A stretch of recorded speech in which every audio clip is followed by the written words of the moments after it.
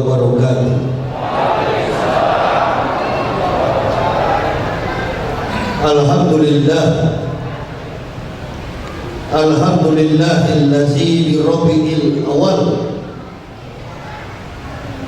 wa jawadahu bi rabbi syani wa ansala kitabul hudan wa nuran wa ansala sab'an minal masani yahdi bihi man yarju liqa rabbih wa nailal amani. Asyhadu an la ilaha illallah rahmani wa asyhadu anna sayyidana Muhammadan abduhu wa rasuluhu rabbani. Allahumma fasholli wa sallim ala imamil abrar wal muqarribin sayyidina wa maulana Muhammadin wa ala alihi wa sahbihi wa sallim. Amma ba'd. Fa ya ibadallah ittaqullah haqqa tuqatih wa la tamutunna illa wa antum muslimun. Faqala Allah Ta'ala fil kitabil azizil karim, a'udzu billahi minasy syaithanir rajim, bismillahirrahmanirrahim. La yaghurrannaka taqallubul ladzina kafaru fil bilad mata'un qalil summa mawahum jahannam wa bisal mihad. Qala Rasulullah sallallahu alaihi wasallam, as-sakitu anil haq syaitanun akros. Ibu bapak saudara-saudara rahimakumullah yang mulia, panitia penyelenggara tabligh akbar, para alim, para ulama, tokoh-tokoh masyarakat, ormas Islam, dalam hal ini hadir bersama-sama kita Front Pembela Islam, pemerintah kecamatan, atau bersama-sama dengan kita saat ini Bapak Sekretaris Kecamatan. Dan yang saya cintai, saya banggakan, ma'asyiral muslimin wal muslimat rahimahumullah. Kita semua tahu bahwa Islam ini adalah agama yang berdiri di atas pengakuan sejarah yang sangat kuat.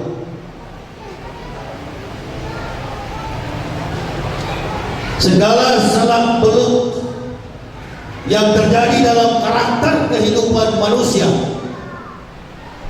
bahkan dalam bentuk karakter alam semesta ini, sudah tercatat dalam peristiwa yang pernah, sebelum, dan akan terjadi.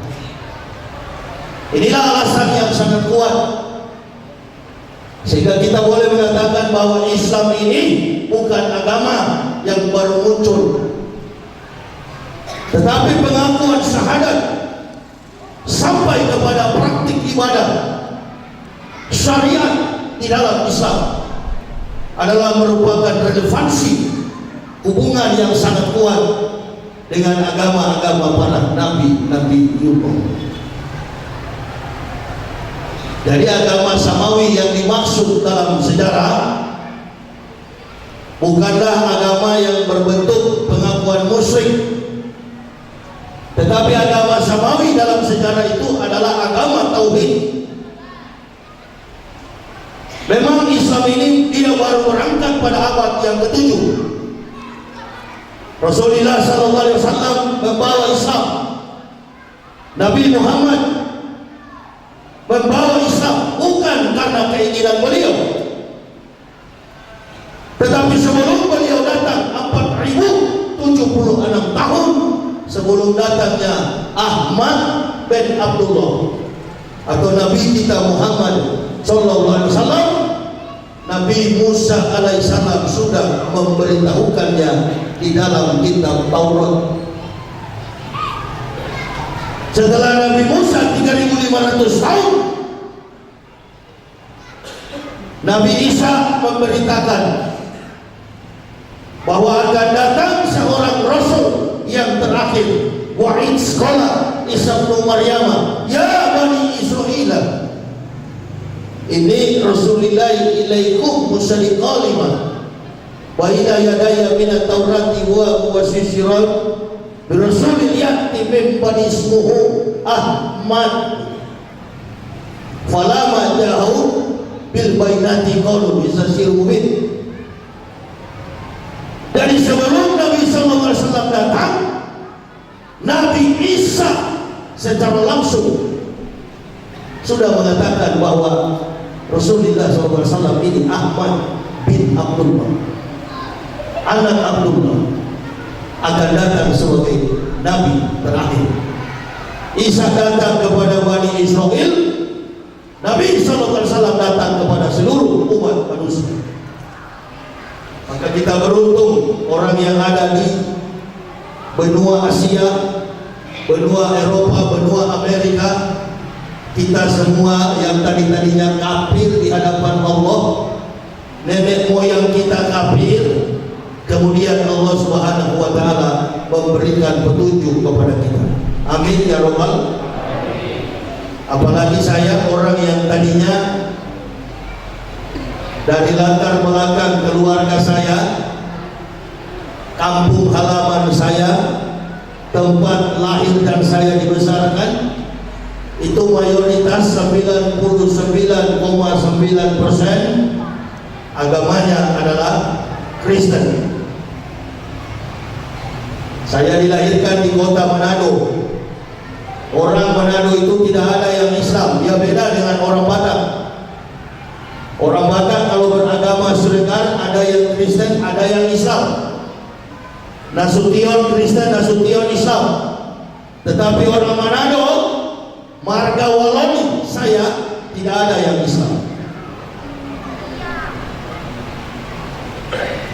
Semua orang Manado itu tidak ada yang beragama Islam. Kalaupun ada, berarti dia itu mu'alaf.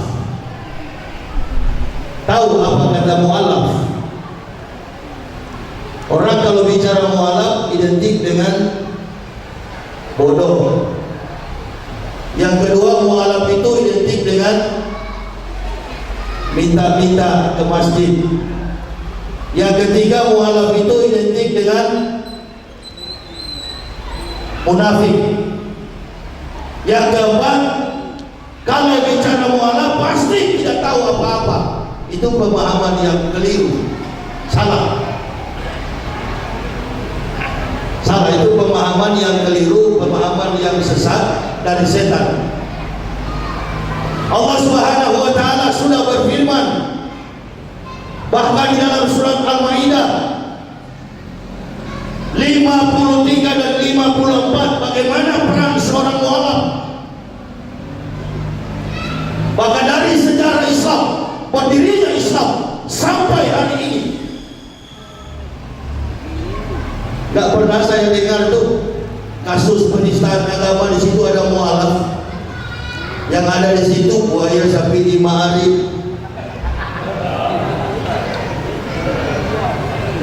Gak pernah saya dengar ada Nababan, ada Waloni, ada Handono. Yang ada di situ Surya Paloh, Wiranto, Novanto, Novanti. Tadi saya SMS ke teman saya di Banjarmasin. Persoalan saat ini bukan berhadapan dengan kafir, bukan. Wa minan nas man yaqulu amana billahi wa bil yaumil akhir wa ma hum bimu'minin. Kita sedang berhadapan dengan orang-orang yang munafik. Mereka mengaku beriman kepada Allah, beriman kepada hari kiamat, padahal mereka menipu orang beriman.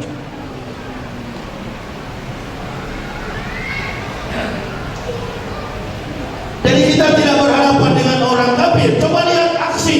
Dari aksi jilid pertama, aksi demo jilid kedua, aksi demo jilid ketiga, tidak ada menentang orang kafir.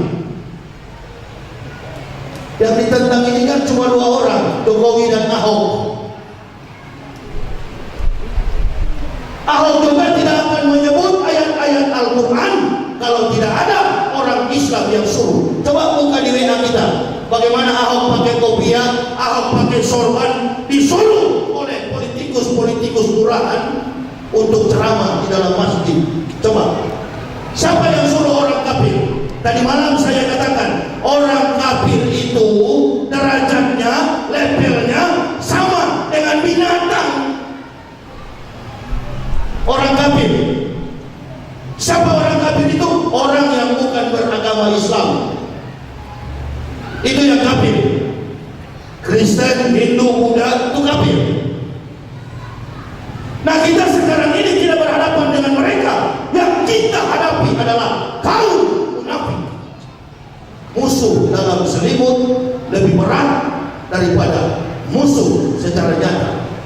Ini yang sekarang terjadi. Saya akan pernah hidup selama kurang lebih 16 tahun jadi pendeta.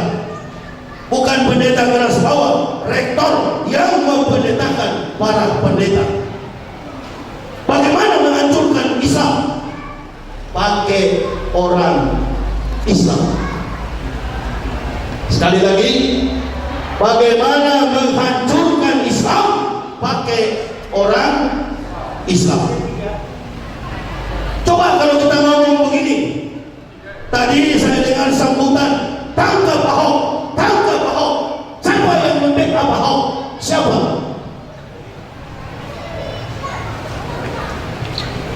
Hanya satu orang. Saya tidak terlalu menyesal melihat rumah digusur di Jakarta. Orang-orang di pemukiman di pinggiran bantaran kali digusur. Ibu-ibu menangis, anak-anaknya berteriak, bapak-bapaknya mengeluh. Saya bukan istighfar, saya jawab, alhamdulillah. Kamu kan yang pilih Jokowi, saya pilih Prabowo.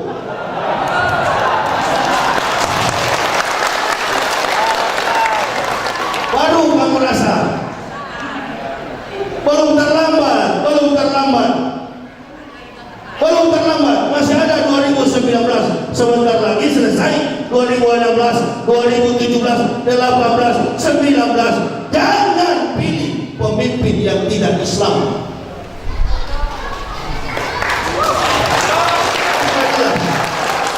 Nabi sallallahu alaihi wasallam itatun yaqulun naro bisitatin.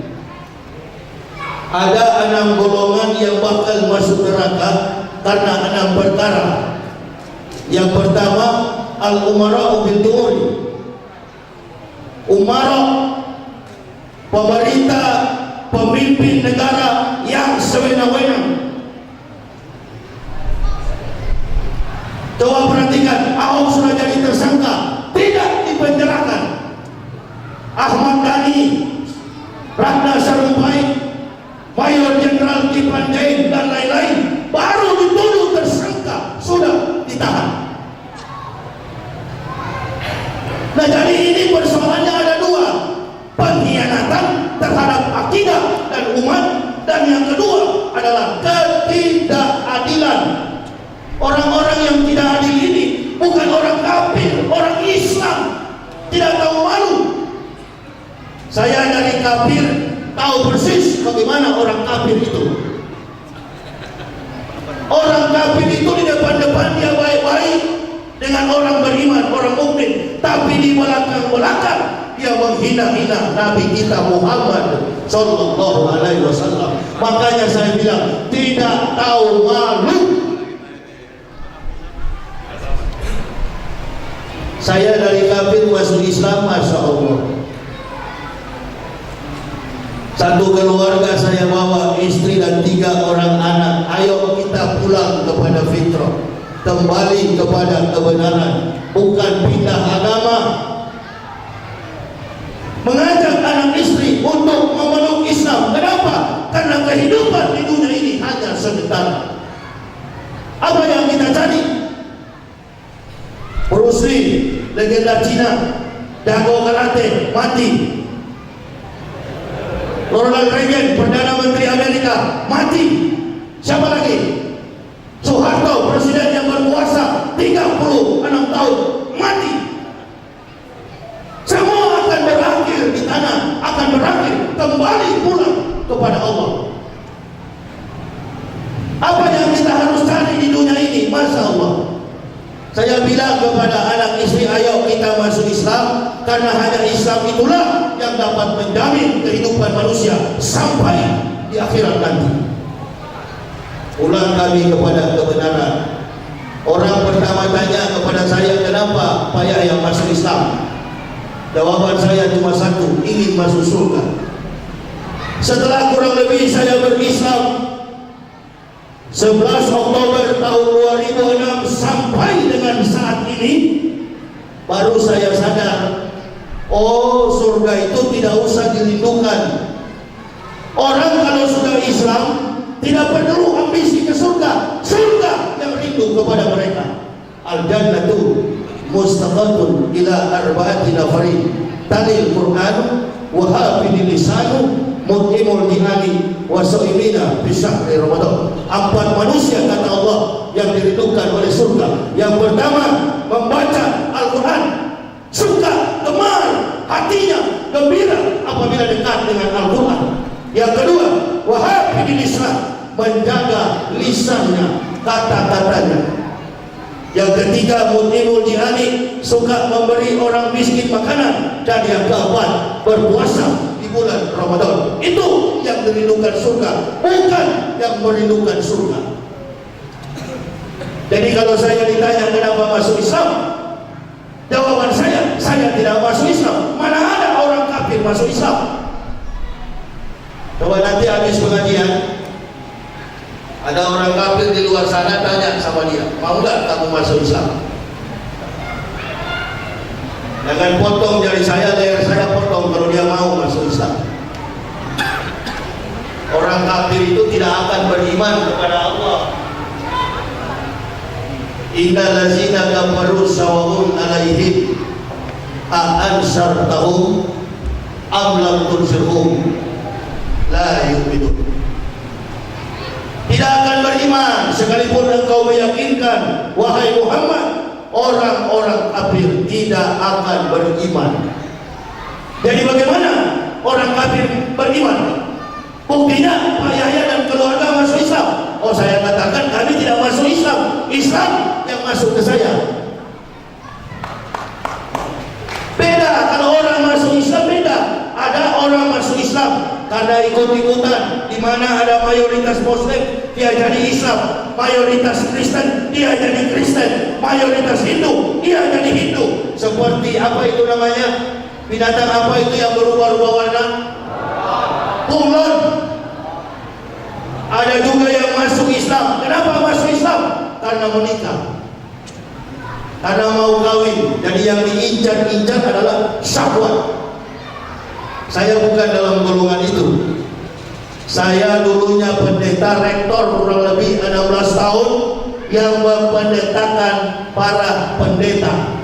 Jadi saya bukan pendeta biasa, rektor yang mempendetakan ribuan pendeta. Ini dokumen saya.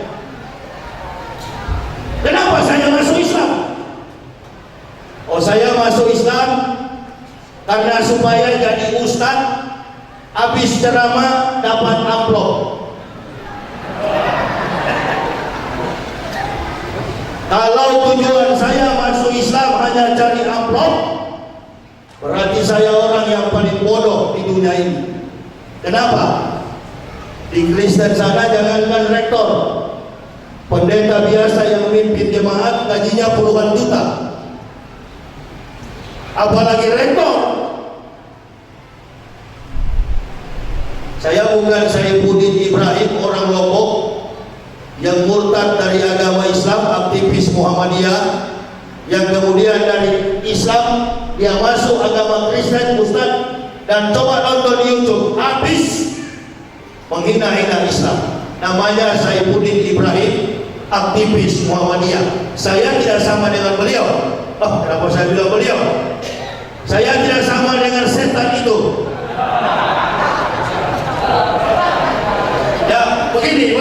Begini. Kalau orang masuk Islam, menurut Allah, inna syarrad dawabi indallahi allazina kafaru wa hum la yu'minun. Kata Allah, sesungguhnya binatang makhluk yang paling buruk adalah orang-orang kafir. Binatang makhluk yang paling buruk di sisi Allah adalah orang kafir.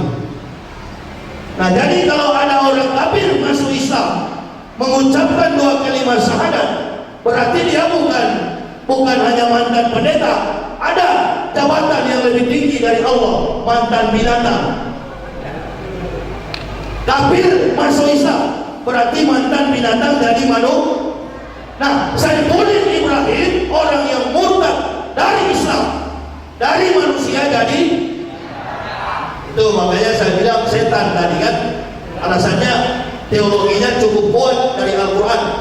Dari kafir masuk Islam, berubah wujud saja dari manusia, dari binatang menjadi manusia. Kalau dari Islam murtad ke agama lain, berarti dari manusia menjadi binatang. Itulah kebanggaan saya. Kalau iman saya kan sudah teruji, Bapak dan Ibu kan belum. Terujinya begini, Pak. Saya memang sudah terbenci Islam saya. Kenapa? Sudah meninggalkan jabatan yang tinggi, gaji yang besar. Gaji saya dengan gaji Menteri Republik Indonesia, insya Allah kalau mau lihat daftar gaji saya lebih besar, 15 kali lipat. Insentif dari Stuttgart tiap bulan $13.000 Jerman. Sebagai rektor saya tinggalkan jabatan itu. Jabatan sebagai pendeta, kalau orang sudah pendeta dan kemudian masuk Islam, di kampung halamannya bahkan di seluruh dunia dia sudah dicap sebagai Yudas Iskariot, pengkhianat. Apa Bapak Ibu sudah pernah mengorbankan segala-galanya ikut Nabi? Belum. Yang ketiga, dari silsilah keluarga kami sudah tidak diakui sebagai keluarga. Jadi kehidupan kami di dunia ini jadi sempit. Kemana-mana anak saya sekolah, membaca akte kelahiran mereka, anaknya Muhammad Yahya Waloni, pasti dimusuhi oleh kafir. Bapak Ibu saudara-saudara jalan kemana-mana tidak dibenci oleh kafir. Saya dan keluarga dibenci oleh kafir dan setan. Makanya saya bangga karena musuh saya cuma 2, kafir dan setan. Jangan sampai musuh saya adalah sama-sama muslim.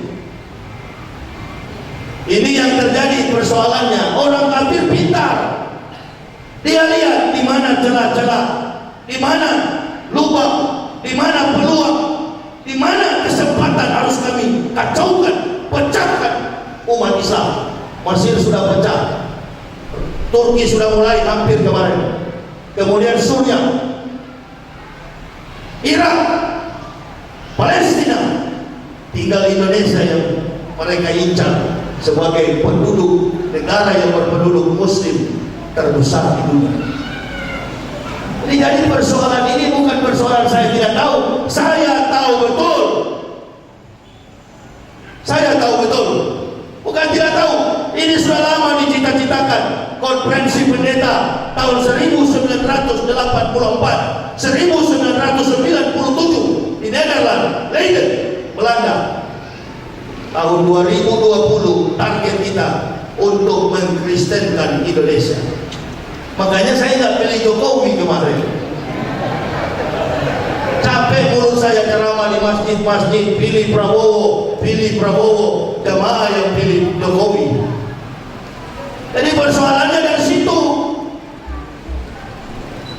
Kenapa? Kalau yang menyampaikan saya tentang hal itu lebih akurat, karena dari sana memang orang dari kafir.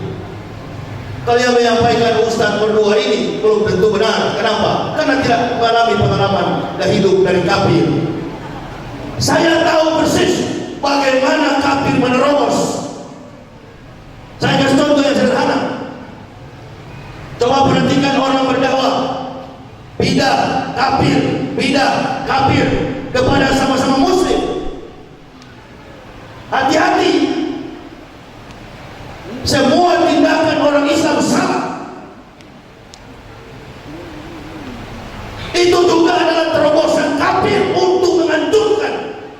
Islamiyah. Coba perhatikan, ada ustaz-ustaz yang berceramah Maulud Nabi bidah, yang mengatakan Isra wal Mi'raj bidah, Muharram bidah, semua perbuatan umat Islam bidah. Bahkan mereka menantang ulama, padahal ulama adalah pewaris Nabi. Innal ulama warasatul, kecuali ulama yang satu ini belum, masih tanda tanya, akhir sirat. Nah itu masih tanda tanya, karena dia yang menyuruh orang Islam pilih pemimpin kafir. Ini kan bukan bahasa kiai, bahasa setan. Kalau bahasa kiai bukan begitu. Sedangkan muslim yang sudah diikat dengan akidah yang kuat masih korupsi, apalagi kafir. Itu para ulama.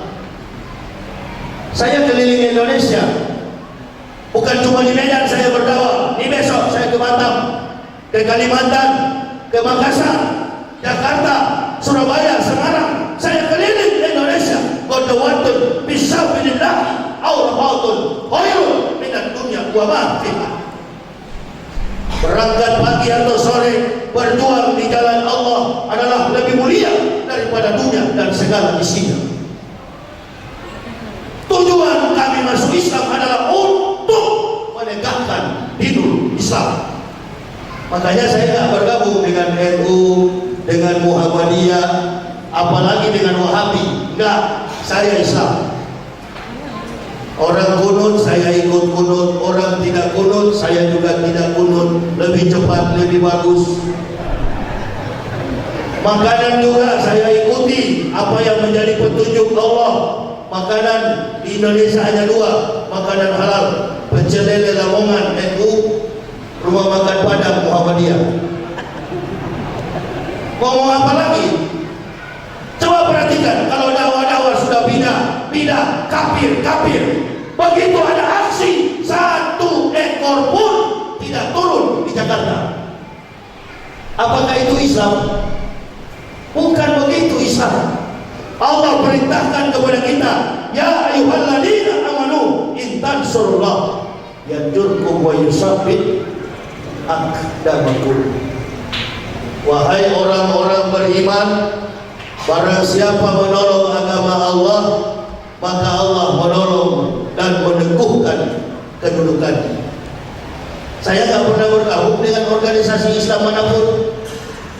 Di mana-mana saya berdakwah, tujuan dakwah saya cuma dua: umat Islam kokoh dalam akidahnya dan orang kafir masuk Islam. Hanya itu. Dan alhamdulillah sudah ribuan orang kafir yang memeluk Islam, termasuk ada beberapa jenderal masuk Islam. Seperti saya ceramah saat ini, umpamanya di sebelah situ ada pendeta, ada gereja, ya sudah, menyerah saja, angkat tangan, sini, datang, sunat, masuk Islam. Panggil dia masuk Islam, jemaatnya masuk Islam. Tapi jangan semua. Kalau semua nanti siapa yang di neraka? Gak boleh. Gak boleh. Kita sudah Islam. Apa yang direbutkan? Apa yang dicari? Oh, heran saya. Dakwah di mana-mana. Saya nggak ada kepentingan. Saya punya kepentingan satu: mujahid, muwahid, berdakwah, berjuang di jalan Allah. Dalam dakwah mempersatukan muwahid. Jadi saya tahu, oh saya nilai-nilai kalau saya lihat dakwah, Masya Allah, semua bidah. Orang yasinan bidah. Bahkan sampai ada jemaah masjid di Batam, anak muda, dia bilang sama saya, Ustaz, kenapa? Katanya kalau imam sholat pandu, kalau imam tidak pakai jenggot, katanya sholat tidak sah. Oh begitu? Iya. Ya sudah, kalau dia mau cari imam yang pakai jenggot, sana kambing, suruh jadi imam. Itu juga kafir sudah nilai. Dia akan nonton, kafir ini nonton televisi, dia lihat. Saya tidak suka begitu. Kenapa? Karena saya di mana-mana mengatakan, barang siapa mengucapkan la ilaha illallah Muhammad Rasulullah, haramullahu naru alaihi. Qala Rasulullah sallallahu alaihi wasallam. Kata Nabi, mengucapkan kalimat la ilaha illallah ana Muhammad Rasulullah, haram bagi mereka neraka. Jadi orang Islam yang masih percaya kepada syahadat, dua kalimat syahadat, insya Allah tempatnya adalah surga. Sekalipun dia tidak sholat, biarpun dia tidak sholat, dia tidak puasa di bulan Ramadan, dia tidak haji, dia tidak berjalan, asalkan dia tetap percaya dengan dua kalimat syahadat, insya Allah dia tetap masuk surga. Kalau yang pemalas sholat di luar sana dengar begitu, ini baru namanya ustaz, begitu memang betul. Ya betul itu, nggak apa-apa, memang benar kok, betul itu ustaz. Biar tidak sholat, yang penting Islam tetap masuk surga ente, tapi benjol-benjol. Oh iya, iya. Sholat itu kan perintah yang utama. Abdulul a'malu as-salatu hamsun. Amal yang paling utama adalah sholat 5 waktu. Saya tidak bangga orang masuk Islam. Banyak saya Islamkan orang. Saya tanya dulu, apa pekerjaanmu? Apa gelarmu? Pendidikanmu apa? Oh, kalau dia bilang saya sopir angkot, maaf, saya nggak bisa Islamkan orang kafir yang bodoh. Kenapa? Karena agama Islam ini pertama agama yang disiplin. Yang kedua, agama Islam ini sejak dia berdiri beriman kepada Allah, dia berdiri beribadah kepada Allah, sudah memulai dengan ilmu. Jadi kalau orang bodoh yang masuk Islam, lihatlah, banyak tuh orang yang masuk Islam karena mau kawin, pendidikannya rendah, tidak bertahan, kata Allah, pagi beriman, sore menyangkal. Kenapa? Karena di dalam Islam ini untuk menempuh surga itu harus dengan ilmu. Man salaka tariqan ilal ilmi sallallahu bihi tariqan ilal jannati. Gak bisa kalau tidak dengan ilmu. Itulah sebabnya orang yang kedua, golongan yang kedua, kata Rasulullah, yang pertama al-umara bil qawli, yang kedua adalah orang Badui yang fanatik kesukuan, wal arabu bitasubi, orang Badui yang fanatik kesukuan. Coba lihat, Indonesia ini masih fanatis. Kalau bukan ustaz orang Jawa, nggak bisa terkenal. Kalau bukan presiden orang Jawa, nggak bisa jadi presiden. Itu fanatik. Ini kan mesti dipecahkan, mesti dipikirkan bersama. Mana pernah bisa? Fanatik kesukuan. Ini Nabi tidak suka, kata Nabi, wal arabu bitasubi. Dan yang ketiga adalah wa al-rustaqi bil jahli, orang-orang desa karena kebodohan. Sudah ada pengalaman kan? Nabi-nabi palsu muncul di Pulau Jawa sana. Bahkan baru-baru ini ada orang mengaku Kanjeng Dimas taat setan, bawa uang sampai miliaran rupiah. Orang-orang desa, bahkan bukan cuma orang desa, profesor, doktor, pensiunan, kolonel, semua ditipu oleh Kanjeng Dimas. Ini wa al-rustaqi bil jahli. Yang keempat adalah wa hadakilu bil kibri, kepala-kepala daerah yang sombong. Ini Ahok ini kan dari awal memang sudah sombong. Mulutnya, kata-katanya. Nah, orang kalau sombong berarti ada sesuatu. Ada yang membackup, ada yang menjaga, ada yang melindungi. Ini kepala-kepala daerah kita juga begitu. Kadang-kala agamanya Islam, kelakuannya seperti orang kafir. Makanya lihat, ketika mereka disumpah sebagai pejabat, mereka menipu orang-orang beriman, ujung-ujungnya mereka dipenjara. Memang kalau Ahok ini susah dipenjara. Kenapa? Karena dia disumpah dengan kitabnya yang omong kosong, makanya tidak mempan biar berbuat maksiat. Saya kan bekas pendeta masuk Islam karena kebohongan kitab suci orang Kristen, bukan karena tertarik pada orang Islam, bukan. Saya tinggalkan agama Kristen, jabatan sebagai pendeta, gaji yang besar karena kebenaran Al-Quran. Makanya aksi 411 saya hadir di sana, ikut demo. Kenapa saya demo? Saya dan keluarga ikut demo karena Al-Quran telah menyelamatkan kami. 8 tahun saya belajar Al-Quran, pulang dari Israel, sekolah di Israel, belajar Al-Quran selama kurang lebih 8 tahun tanpa ada seorang Muslim yang meyakinkan Islam kepada saya. Mana ada pendeta mau masuk Islam? Tidak ada. Saya belajar ke Israel, justru saya lihat di Israel, tanya kepada dosen pembimbing, dan dia menjelaskan agama yang benar, agama samawi, agama yang dianut oleh nabi-nabi di zaman dulu, itulah sekarang agama Islam. Kitab Al-Quran adalah kitab yang memuat semua isi daripada firman Allah. Di dalamnya ada Taurat, di dalamnya ada Zabur, di dalamnya ada Injil, di dalamnya ada semua firman yang disampaikan para nabi. Makanya kita umat Islam diperintahkan oleh Allah beriman kepada Allah, beriman kepada apa yang diturunkan kepada Ibrahim, kepada Ismail, kepada Ishak, kepada Yakub, wal aswati, dan 12 anak cucu mereka, keturunan Yahudi. Dan apa yang disampaikan Allah kepada Musa, wa Isa wa ma utiya Musa, dan kemudian kepada Nabi Isa, Injil.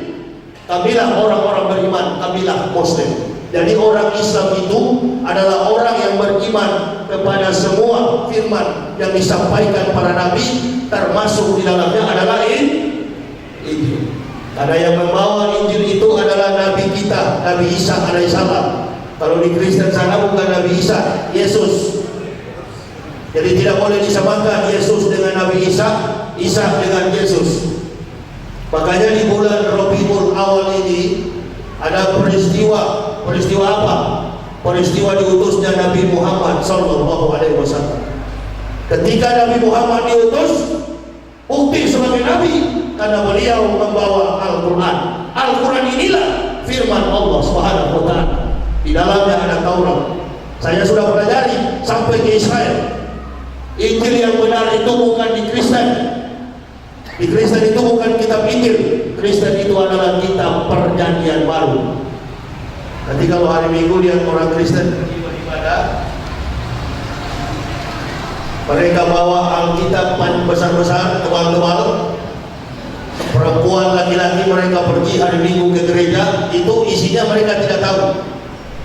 Yang tahu isinya itu hanyalah para pendeta. 16 tahun lamanya saya jadi pendeta, berdiri di mimbar gereja yang tinggi dan mengatakan kepada orang Kristen, dengarlah firman Tuhan. Padahal bukan firman Tuhan, firman saya dan teman-teman yang mulia. Saya selalu buktikan ini. Kalau Ahok bilang Al-Maidah 51 membohongi, Ahok itu bukan ahli Al-Quran, tapi saya adalah ahli teologi. Ini Alkitab Kristen yang penuh kebohongan, bukan cuma satu ayat, ribuan ayat-ayat palsu. Inilah kitab suci orang Kristen. Ini bukan Injil. Injil yang benar itu Al-Quran, semua firman Allah. Itulah namanya Al-Quran. Tidak sah iman bapak, ibu dan saya kalau kita tidak beriman kepada Nabi Isa alaihissalam. Yang di sana bukan Isa, Yesus. Bedanya Yesus sama Isa, Isa tidak ada foto, Yesus banyak fotonya. Ada jual di pasar Petisah, ada jual di Medan, gambarnya di kalender-kalender. Nah itu bukan Nabi Isa. Nabi Isa tidak boleh dilihat, tidak dapat divisualisasikan, digambar wajah dan tubuhnya, tidak ada seorang pun yang tahu. Sedangkan Nabi Muhammad tidak ada yang tahu, apalagi Nabi. Nah sudah pindah sekarang kan? Kita harus bela Al-Quran itu. Kenapa? Karena Al-Quran itu adalah firman semua Nabi. Makanya kalau tiba bulan puasa, Allah katakan Syahrul Ramadana lazi unsila fihil Qur'an udalin nasi wa bainatin minal huda wal furqan. Al-Quran itu diturunkan pada bulan Ramadan udalin nas, bagi semua umat manusia, sebagai petunjuk antara hak dan batin. Jadi tidak ada itu. Kalau kita tidak bela Al-Quran, berarti kita bukan orang Islam. Kita harus bela. Kenapa? Karena Al-Quran itulah firman yang Allah turunkan kepada nabi-nabi. Nabi Muhammad abad ke-6 mendapatkan wahyu dari Allah, dan dia tidak menulis Al-Quran itu. Dia mendengar dari wahyu Allah dan menyampaikannya. Karena dia orang yang tidak terpelajar, orang yang tidak mengecap pendidikan formal, dia mendengar dari Allah dan kemudian dia menulisnya, menyuruh memerintahkan orang-orang menulisnya, dan itulah sekarang yang kita pakai, namanya Al-Quran. Sedangkan kitab suci Kristen ini adalah buatan pikiran dan tangan kotor manusia. Saya dan teman-teman yang buat-buat dulu. Makanya saya masuk Islam. Oh, bayarnya masuk Islam supaya mau jadi ustaz? Enggak. Saya bilang kan, saya di mana-mana nggak suka dipanggil ustaz. Kenapa? Saya tahu di Arab Saudi, di Mekah, Madinah, saya tahu bergaul dengan orang Arab. Orang dipanggil ustaz itu gelarnya doktor. Saya ini yang paling tepat, jangan dipanggil ustaz. Al-Muqtadin. Mayyaqilahu fakual muqtadin wa ma yudlil faulaika humul khasirun. Kata Allah, barang siapa yang diberi petunjuk, maka dialah muqtadin, orang yang diberi petunjuk. Barang siapa yang disesatkan Allah, maka dialah orang yang disesatkan, humul khasirun. Jadi yang paling tepat saya dipanggil muqtadin. Kita orang Indonesia ini banyak kecolongan.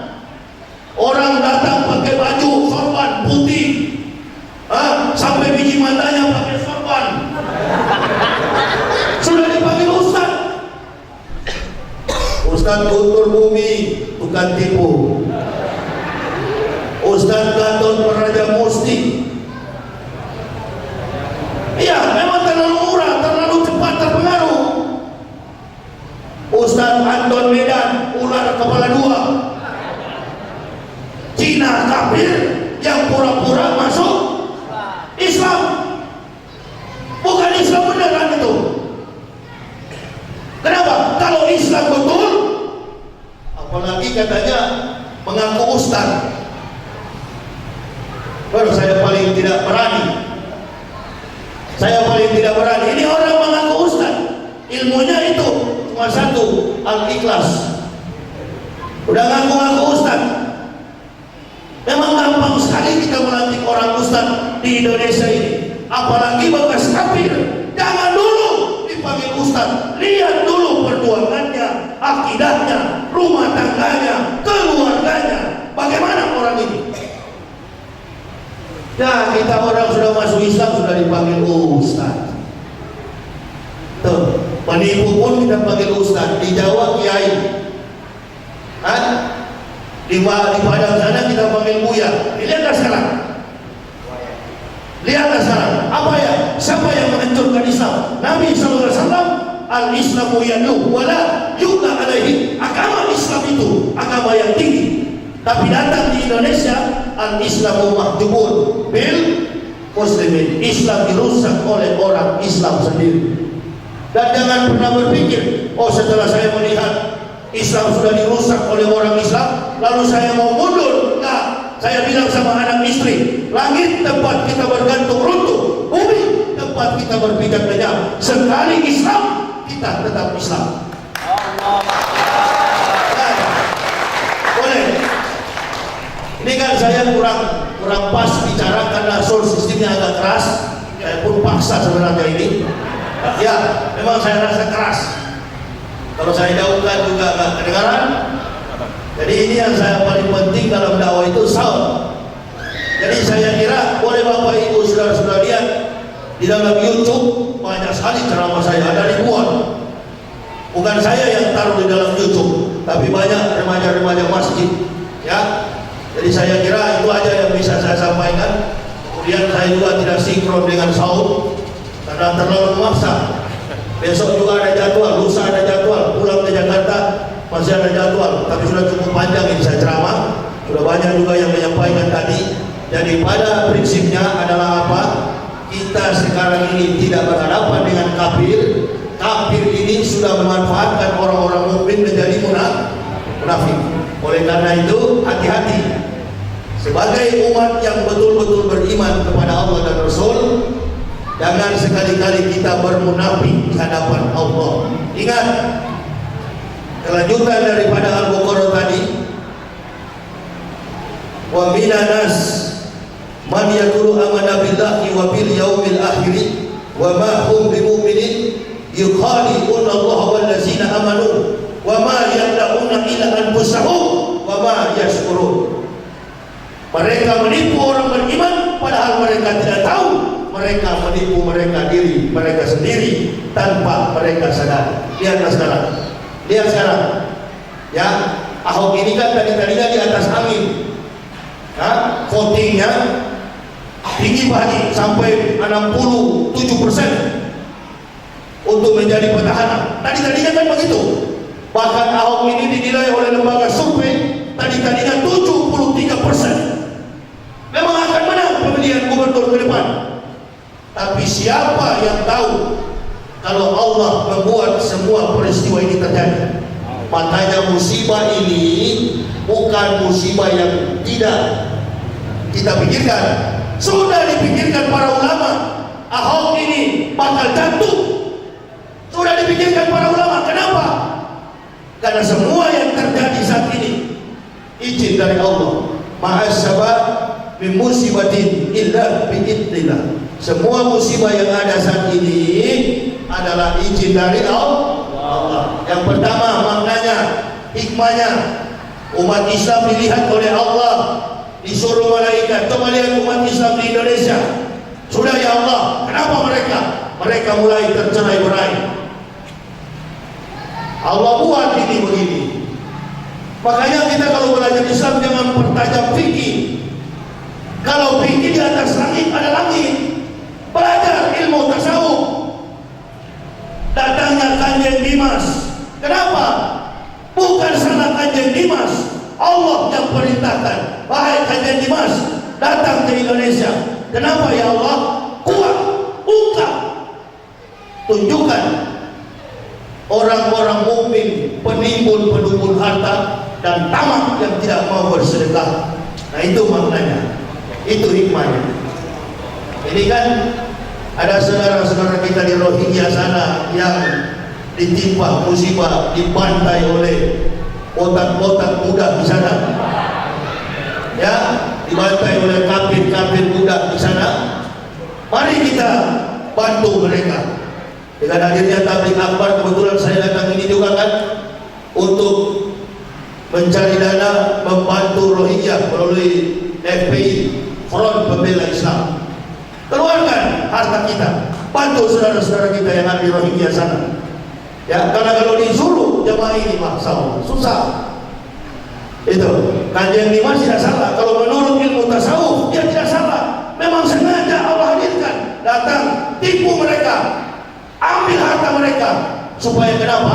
Terkuat mana orang tamak dan penimbun harta. Terungkap semua. Begitu juga Ahok disuruh oleh Allah, kafir, sebut biar jadi masalah. Supaya apa? Umat Islam sadar. Disinilah makna daripada persatuan ukhuwah Islam. Memang sudah jauh kita kok. Ulama tidak dihargai. Bahkan pernah saya ceramah di satu masjid, anak kecil salaman sama saya seperti jagoan. Anak kecil yang kaki-kaki celananya panjang-panjang begini tuh.